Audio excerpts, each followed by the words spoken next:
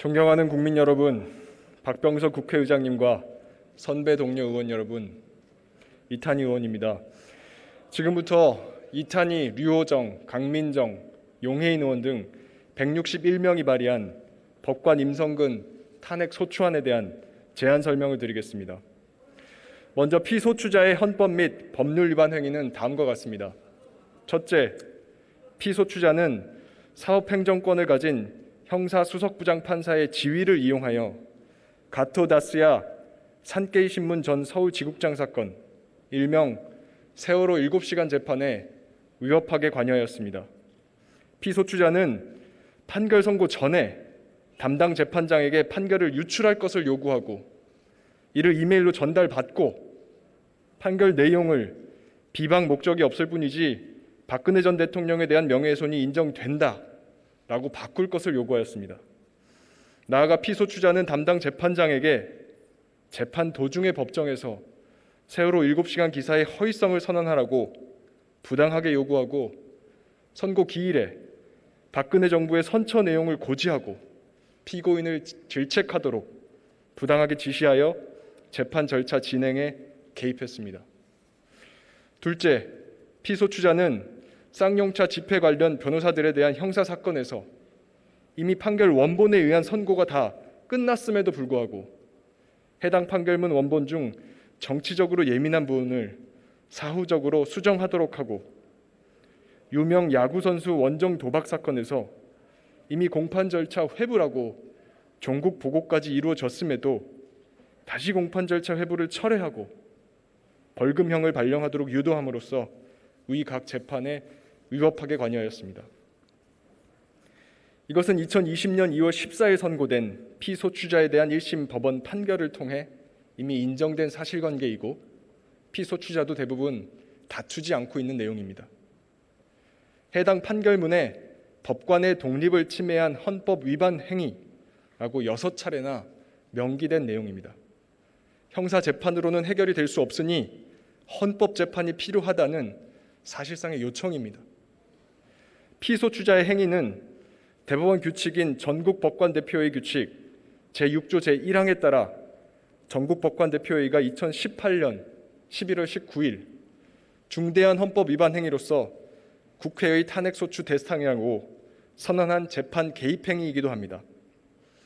피소추자는 헌법상 적법 절차 원칙, 재판의 독립 원칙, 그리고 판결 선고 후에는 판결문을 수정할 수 없다는 형사소송법 제38조 등 다수의 헌법과 법률을 위반하였습니다. 존경하는 국민 여러분, 선배 동료 의원 여러분, 우리 대한민국 헌법이 법원에 부여한 사명은 사실 딱 한 가지입니다. 독립되고 공정한 재판을 하라는 것입니다.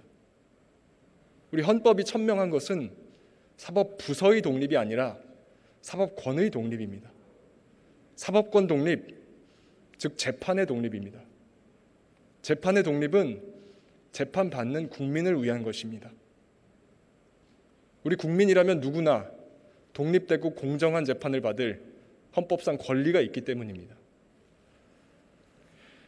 우리 국민이라면 공개된 법정에서 나와 직접 눈을 마주치고 나의 호소를 직접 귀로 듣고 내가 제출한 증거를 직접 읽어본 바로 그 판사가 법정에서 적법 절차에 의해서 판결한 그 판결, 독립되고 공정한 판결을 받을 권리가 있습니다. 그러한 판결일 때만이 우리 헌법이 인정하는 정당한 판결입니다. 피소추자는 해당 재판의 담당 판사가 아니었습니다. 재판 권한이 없는 제3자입니다. 법정에 한 점 들어가 보지도 않고 피고인의 눈 한 번 마주쳐 보지 않고 재판에 개입했습니다. 재판받는 국민의 원한을 사는 행동입니다. 법정의 피고인도 검사도 변호인도 대한민국 국민 그 누구도 이 사실을 몰랐습니다. 피소추자가 몰래 했기 때문입니다. 용납되지 않는 행위이기 때문에 몰래 한 것입니다. 더군다나 박근혜 전 대통령의 심기경호와 같은 정치적인 목적으로 남이 받고 있는 재판에 함부로 개입하는 일은 더더욱 용납되지 않습니다. 피소추자는 명백하게 재판의 독립을 훼손했습니다.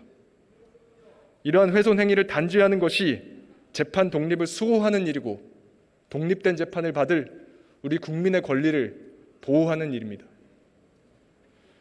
헌법을 위반한 공직자는 헌법 재판을 받아야 합니다. 판사라고 해도 예외가 아닙니다. 법치주의 사회에서는 만인은 법 앞에 평등해야 하기 때문입니다. 그러면 누가 헌법을 위반한 판사를 헌법 재판에 회부할 수 있습니까?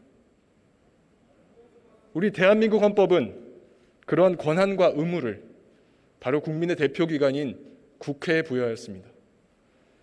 이것이 바로 우리가 오늘 진행하는 탄핵소추 절차입니다.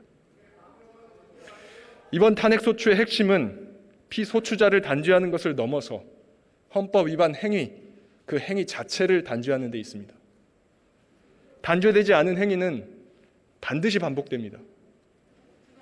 우리 국회는 지난 2009년 11월 6일 신영철 전 대법관의 재판 개입 행위로 인해 발의된 탄핵소추안을 가결시키지 못한 아픈 역사를 가지고 있습니다. 그러자 그로부터 2년 뒤 양승태 전 대법원장이 취임하여 사법농단이 시작됐습니다. 우리 국회의 직무 6위가 사법농단에 일조한 격입니다. 선배 동료 여러분, 판사는 신입니까? 이 질문은 세월호 7시간 재판의 실질적인 피해자인 세월호 가족들이 피소추자가 갑작스럽게 퇴직한다는 소식을 듣고 국회의원들에게 직접 보내온 손편지에 적혀있는 문구입니다.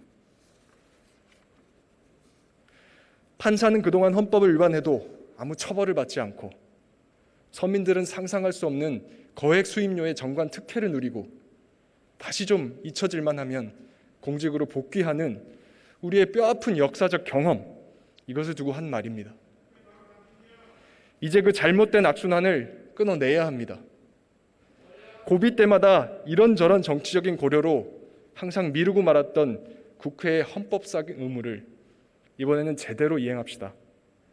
변론과 재판은 헌법재판소의 몫이고 국회는 재판 회부의 의무를 다하는 것입니다. 이번 탄핵소추의 진정한 실익은 정쟁으로 시끄러워 보이는 이 와중에도 대한민국의 헌정 질서가 애초 설계된 대로 제대로 작동하고 있다는 것을 국민과 국회가 함께 확인하는 데에 있습니다. 국회의 책무를 다하는 데에는 정당과 정파의 구분이 있을 수 없습니다. 이번 발의안에 여러 정당 의원들께서 동참해 주신 참뜻이 여기에 있다고 저는 생각합니다. 그렇다면 오늘 하루만큼은 자신의 책무를 묵묵히 다하는 품위 있는 국회의 모습을 국민들께서 보실 수 있도록 정당을 넘어서 압도적인 다수의 의원들의 찬성으로 이 안건을 가결해 주실 것을 간곡히 호소드립니다. 감사합니다.